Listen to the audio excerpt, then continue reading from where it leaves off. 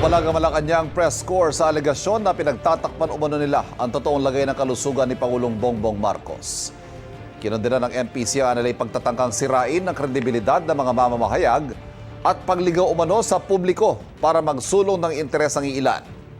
Ayon sa MPC, malinaw sa mga nagdaang ulat at video kung paano nila inuusisa ang mga opisyal ng gobyerno tungkol sa kalagayan ng Pangulo.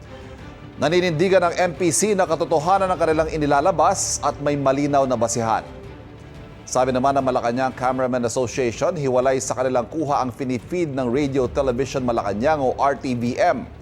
Patunay na real-time na nangyayari ang kanilang kinukunang event.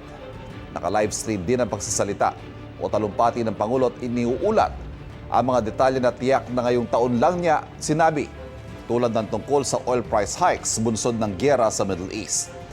Ikinababahala rin ng Presidential Photojournalists Association ang alegasyong recycled o gawa-gawa lang ang kuha nila sa mga event ng gobyerno tulad ng Araw ng Kagitingan. Pinahihina raw nito ang kredibilidad ng mga photojournalists at ang integridad ng buong propesyon.